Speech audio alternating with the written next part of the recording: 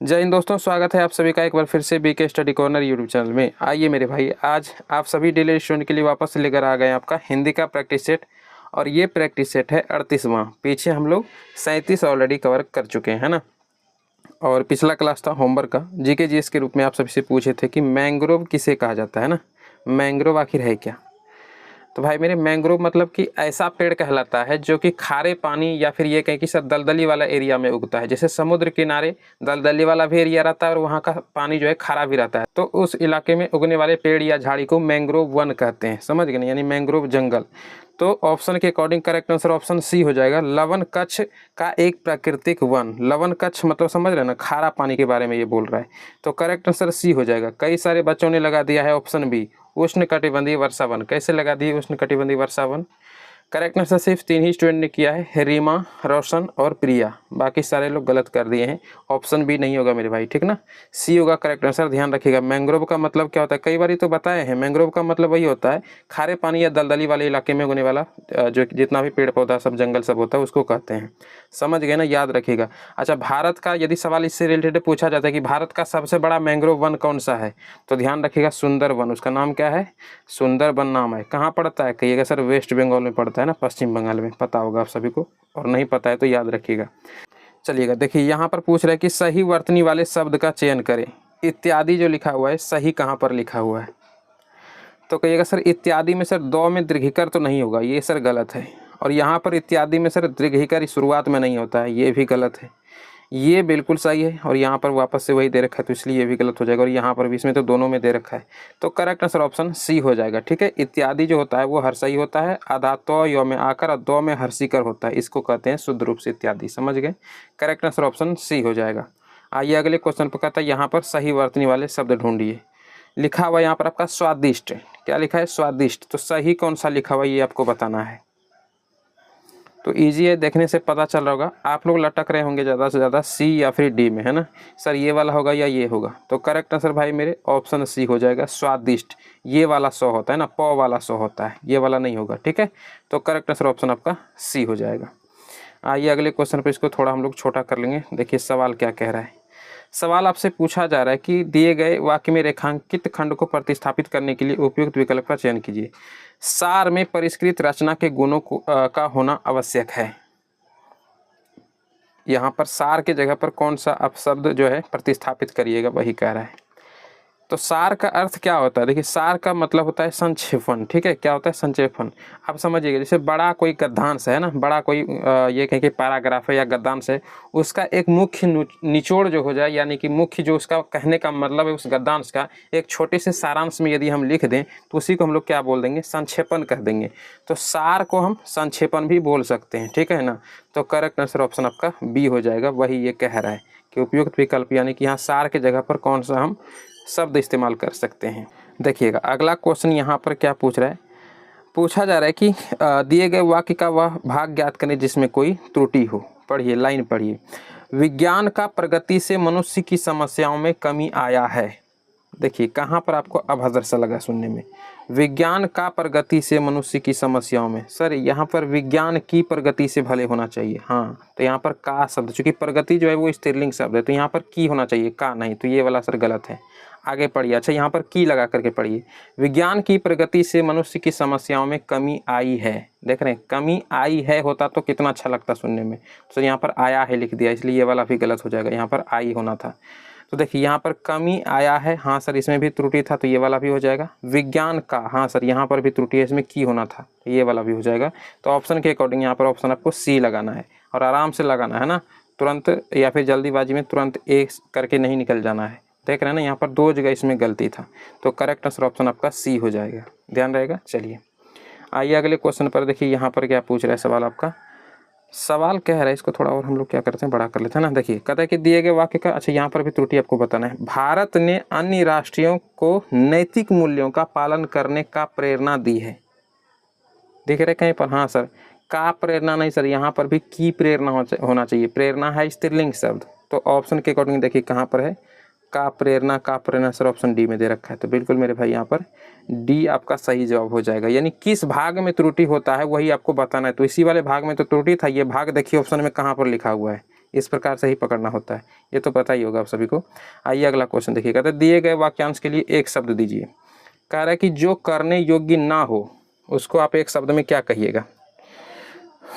गर्मी बहुत लग रहा है, थोड़ा सा पंखा ऑन करते हैं। ओके, ज़्यादा इरिटेशन होगा तो बोलिएगा, खैर बोलिएगा, कैसे लाइव क्लास तो है नहीं, हम बंद कर देंगे थोड़ा देर के लिए, चलाते हैं बस। काफ़ी ज़्यादा पसीना हो रहा था मेरे भाई।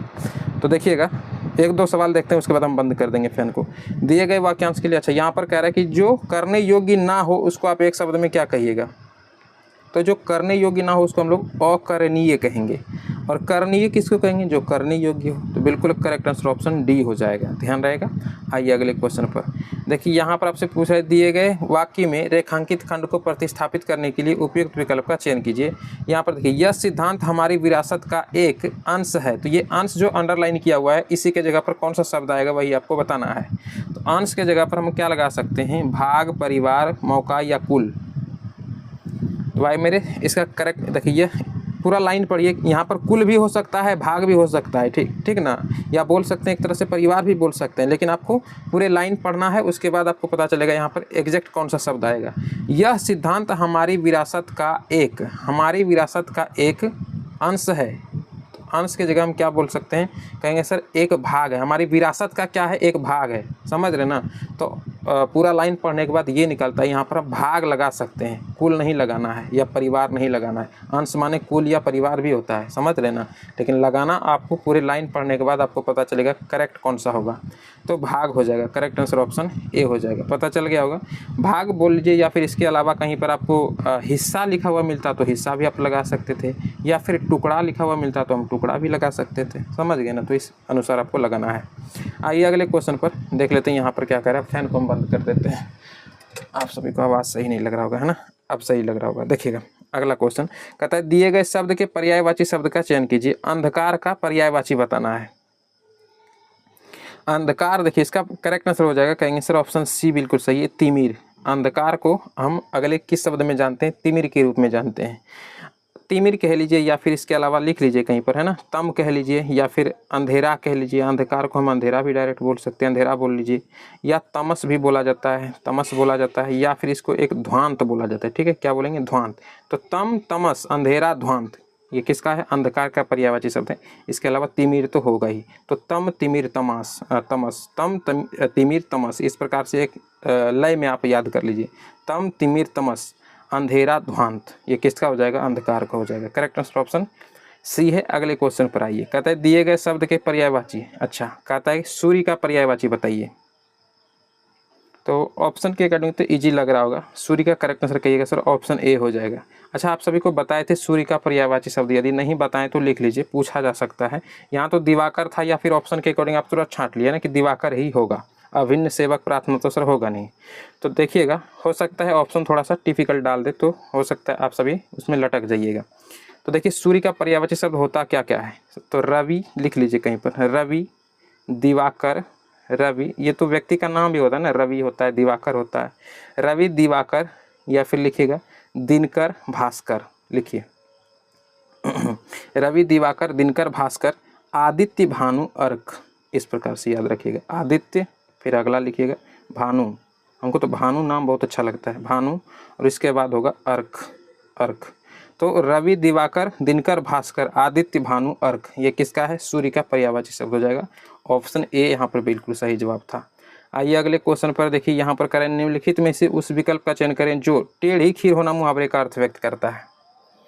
टेढ़ी खीर होना, इसका मतलब क्या हो जाएगा, हाँ कहिएगा सर, इसका मतलब होता है कार्य बहुत कठिन होना, उसी को हम लोग कहते हैं भाई ये तो टेढ़ी खीर है ना, मतलब कार्य बहुत कठिन है, उसको हम क्या बोलेंगे, टेढ़ी खीर होना। करेक्ट आंसर ऑप्शन डी हो जाएगा। नेक्स्ट क्वेश्चन देखिएगा, इसको थोड़ा छोटा कर लेते हैं। हाँ, कहता है, रिक्त स्थान को भरने के लिए उपयुक्त विकल्प का चयन करिए। मुझे खेद है, डैश में देर से पहुंचा। मुझे खेद है परंतु मैं देर से पहुंचा।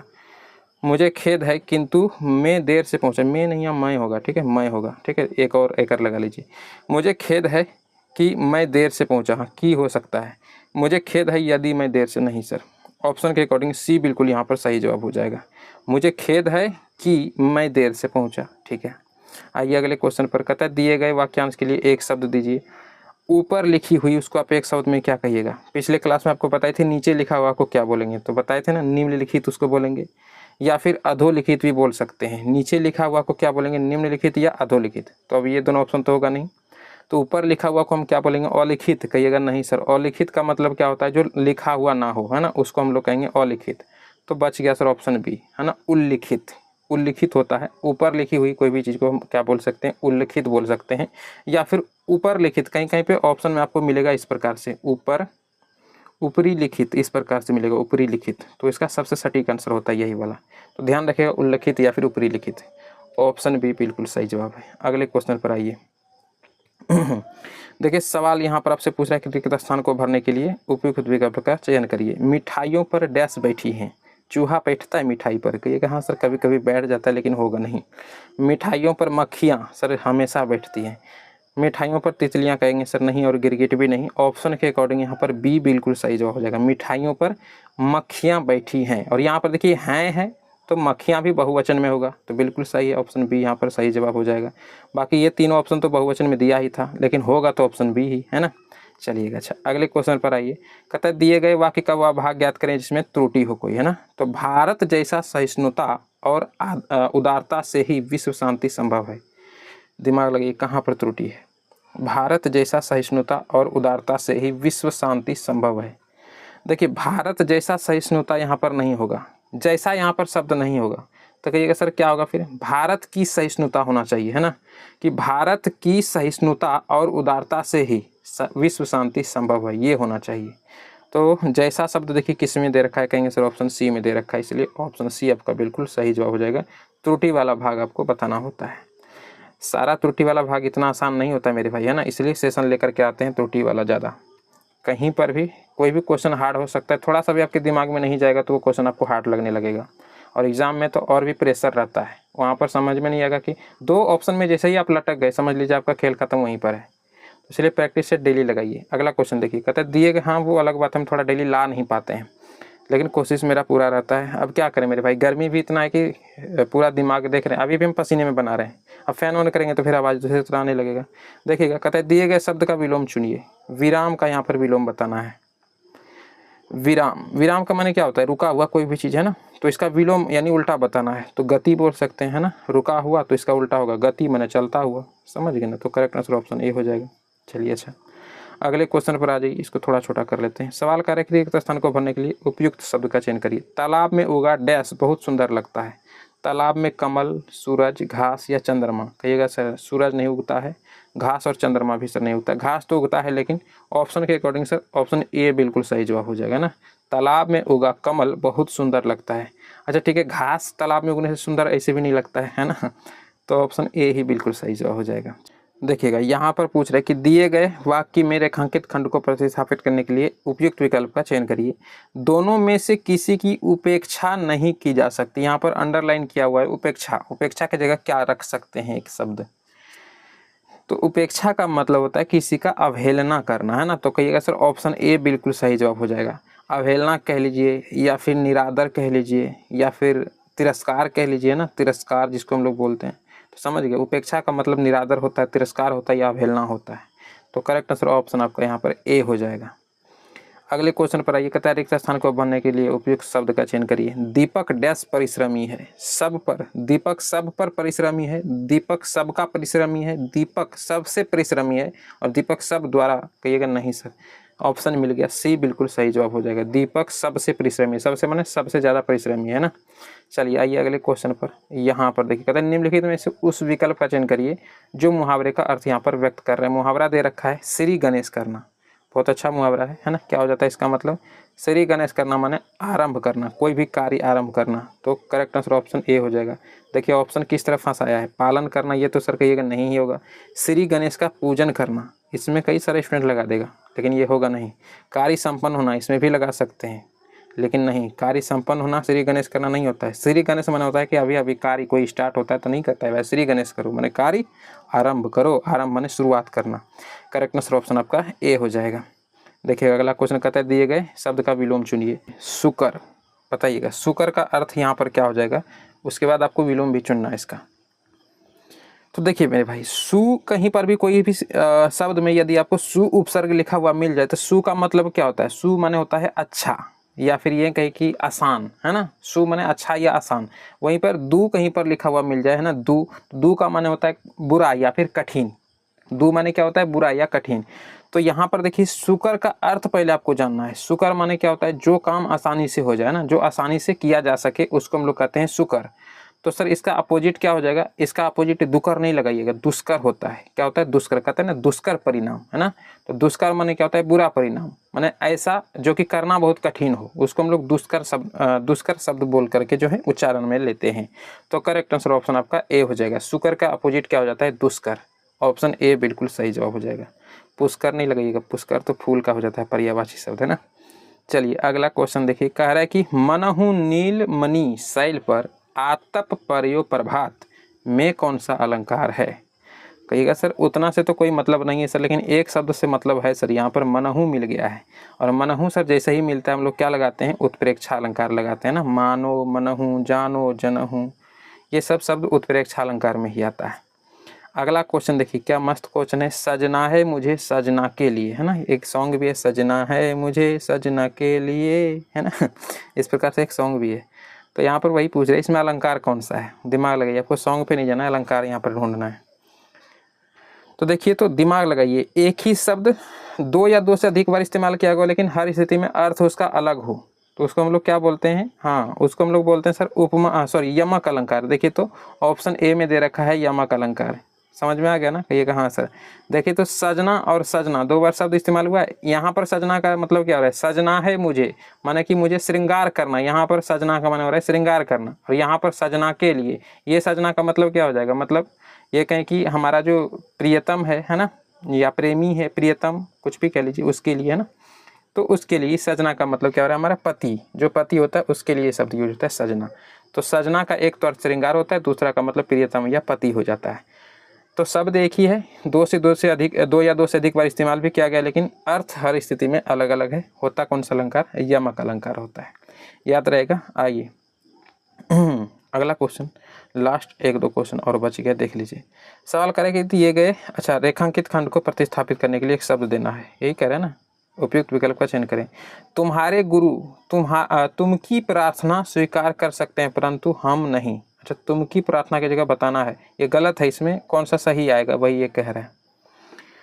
तो तुम्हारे गुरु तुमसे प्रार्थना कहिएगा नहीं सर, तुम्हारे गुरु तुम प्रार्थना कहिएगा नहीं, तुम्हारे गुरु तुझे प्रार्थना कहिएगा सर नहीं। तो बच गया ऑप्शन डी, तुम्हारे गुरु तुम्हारी प्रार्थना स्वीकार कर सकते हैं परंतु हम नहीं करेंगे, है ना। तो करेक्ट आंसर ऑप्शन आपका डी हो जाएगा। देखिएगा लास्ट दो क्वेश्चन और बचे हैं। कह रहा है कि निम्नलिखित में से उस विकल्प का चयन करिए जो थाली का बैंगन, इस मुहावरे का अर्थ आपको बताना है। थाली का बैंगन माने क्या होता है? तो भाई मेरे, थाली का बैंगन माने होता है जिसका अपना कोई विचार या सिद्धांत हो ही नहीं, उसी को कहा जाता है थाली का बैंगन। दिमाग लगाइए, कहिएगा सर इधर उधर की बातें करने वाला व्यक्ति नहीं मेरे बाबू, ये वाला नहीं होगा। ध्यान से ऑप्शन पढ़िए। फिर अगला, सिद्धांतवादी व्यक्ति नहीं सर, इसका मतलब तो यही होता है कि उसके पास कोई सिद्धांत ही ना हो। इसका मतलब अब ये भी नहीं कि वो व्यक्ति घमंडी है ना। तो इसका सबसे सटीक आंसर ऑप्शन डी हो जाएगा, सिद्धांत रहित व्यक्ति। रहित माने होता है नहीं होना, ठीक है। कई लोग समझते हैं रहित माने उसमें रहना, रहित माने क्या होता है? नहीं होना या ना होना बोल सकते हैं। तो सिद्धांत, जिस व्यक्ति के पास अपना विचार कोई नहीं है, सिद्धांत नहीं है, उसके लिए ये मुहावरा आता है थाली का बैंगन। अरे यार तुम तो थाली के बैंगन हो, मतलब तुम्हारा कोई सिद्धांत ही नहीं है, क्या बोल रहे हो कुछ पता ही नहीं चल रहा है। तो इसका मतलब ये नहीं हो जाएगा कि इधर उधर की बातें करने वाला व्यक्ति। हाँ, ये हो सकता था जब ऑप्शन में आपको डी नहीं मिलता तब, समझ गए ना। तो इसलिए ऑप्शन को आराम से पूरा पढ़िए तब आंसर लगाइए, डी यहाँ पर सही जवाब होगा। लास्ट क्वेश्चन देखिए, कहते हैं दिए गए शब्द का विलोम चुनिए। भाई मौन का विलोम क्या हो जाएगा? मौन माने तो सर समझ में आता है कि चुप जो रहता है ना, शांत रहने वाला व्यक्ति को या चुप रहने वाला व्यक्ति को मौन कहते हैं। तो इसका अपोजिट क्या होगा? अपोजिट सर नहीं मिल रहा है। देखिए अपोजिट होता है इसका मतलब मुखर। मुखर माने सर क्या होता है? तो मुखर माने होता है बढ़ चढ़कर बोलने वाला व्यक्ति, है ना। बढ़ चढ़कर बोलने वाला व्यक्ति, उसी को हम लोग मुखर कहते हैं। बहुत अधिक बोलने, देखिए बहुत अधिक बोलने वाला तो फिर वाचाल बोलते हैं, लेकिन मुखर बोल सकते हैं, माने बढ़ चढ़ करके बात बोलने वाला। मौन माने बिल्कुल शांत रहने वाला, तो अपोजिट बोल रहा था। तो करेक्ट आंसर ऑप्शन आपका यहाँ पर ए हो जाएगा, ठीक है ना। अच्छा, ये रहा आप सभी का होमवर्क। कहता है सही वर्तनी वाले शब्द क्या चयन करिए। आपको बताना यहाँ पर, है ना, वनवास लिखा हुआ है, तो बताइए वनवास कौन सा सही है? वनवास होता है या वनवास होता है या वनवास होता है या वनवास, ये वाला सो होता है। दिमाग लगाइए कौन सा इसमें सही है, ये कमेंट करके बताना है। पिछला क्लास नहीं देंगे तो डिस्क्रिप्शन में प्लेलिस्ट और टेलीग्राम चैनल दोनों का लिंक मिल जाता है। टेलीग्राम ज्वाइन कर लीजिएगा, फ्री में आपको PDF मिल जाता है। हम मिलते हैं बहुत जल्द आपसे अगली क्लास में, तब तक के लिए जय हिंद।